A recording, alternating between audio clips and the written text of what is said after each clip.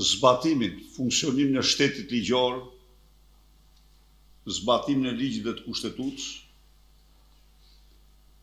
Edi Rama, haptas, hoqi çdo mask, hodhi poshtë një përpjekje të madhe për të ndihmuar Shqipërinë dhe votoi në parlament murin, mburojnë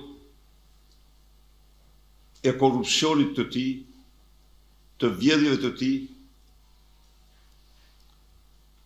dhe përfshiu ose nën pretekst zëvendës kryeministrin Lubi Ballut. Dëshmi flagrante e inkriminimit të tij direkt në megafera korruptive, viktima absolute ishte pa diskutim institucioni i akuzës, ishte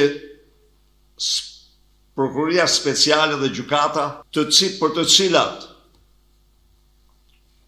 kryegjykas dhe kryeprokuror pas votimit në parlament do të jetë vetëm Edi Rama.